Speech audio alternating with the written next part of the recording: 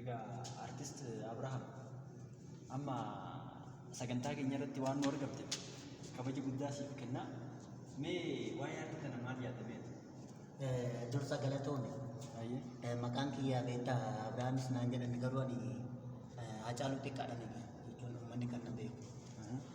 Hacaaluu Xiqqaas kan natti moggaase Alamuudha.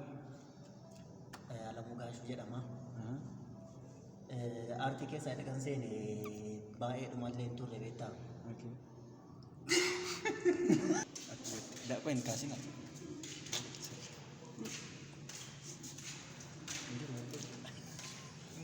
Gammadii sagalee hin deegga kaffataa ta'ee ta'uuf isa biratti na beeku.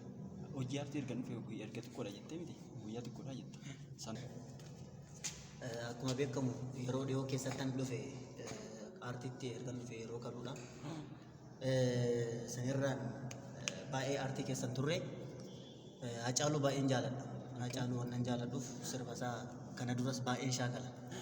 Sirba isaa natti tola nan dhaggeeffadha waan ta'eef guyyaa tokko isteejii irratti mul'adhe sanumaaf Hacaaluu Xiqqaa naan jedhanii na waaman sanumaadhaaf. Mee sirba Hacaaluu keessaa sirba kan baay'ee jaalattame? Sirba isaa guutuu nan jaaladha. Hundaayyuu dhaggeeffadhee jira.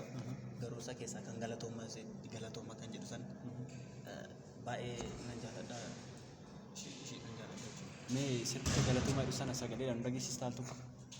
Deemsa jilbibbii kaleessaa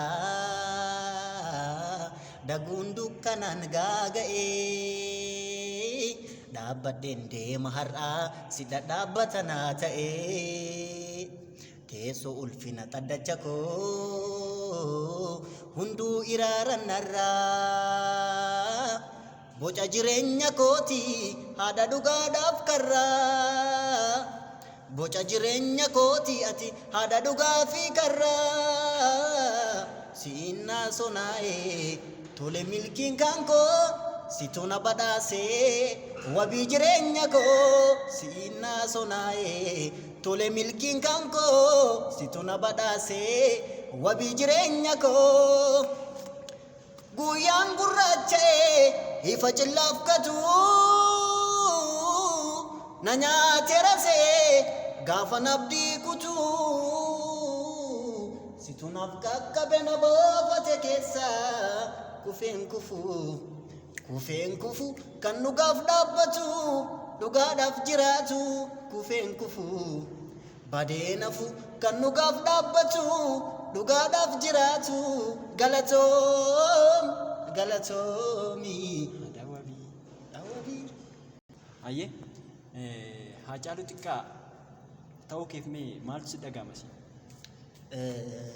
Ana Hacaaluu Xiqqaa naan jedhan malee ani Hacaaluu ta'uu kiyya yoo ergan beekee jechuun ani sagalee Hacaaluu qabaachuu kiyya ergan beekee ergan asitti aartitti ergan makamee baay'eedha kan natti dhaga'amu jechuun sirriitti gammachuu guddaadha kan natti dhaga'amu.